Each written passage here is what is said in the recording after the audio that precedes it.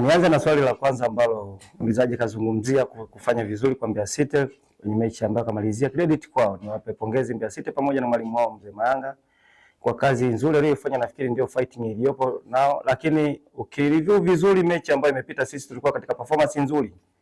Yani ukiangalia tulikuwa katika performance nzuri in terms of defending na attacking. Na swali hilo la kwanza pia naweza nikaliunganisha na swali la pili kwa maana ya performance yetu.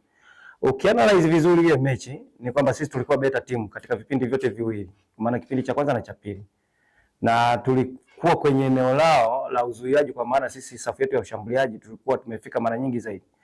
Na kama ukirudia tena ile mechi, mimi sijui kwa nini hata goli lilikataliwa, lakini nafikiri siwezi kulizungumzia hapa. Maybe nilizungumza hata baada ya ile mechi kwamba tulistahili kushinda mechi ile kulingana na kile ambacho tulichokionyesha na kulingana na matukio ambayo tulikuwa tumesababisha kwenye mechi ile, kwa sababu siwezi kusema kwamba ile alikuwa goli. Inabaki hivyo, matokeo ya dakika 90 yaheshimike, lakini haiwezi kuhukumu wachezaji. Lakini pia kwenye mechi ile tulikuwa na chance ambazo tulizitengeneza nyingi, ambazo ukiziona baadhi yake Edgar William alikuwa ni 1v1 na golikipa yeye mwenyewe. Chance kipindi cha kwanza yeye mwenyewe na golikipa, kipindi cha pili golikipa katoka yeye mwenyewe pia na chance ya kufunga. Kwa hiyo ni matumizi ya nafasi, maybe naweza nikasema matumizi ya nafasi yaliweza kusababisha mchezo ule uonekane kama umebalance, tumegawana point.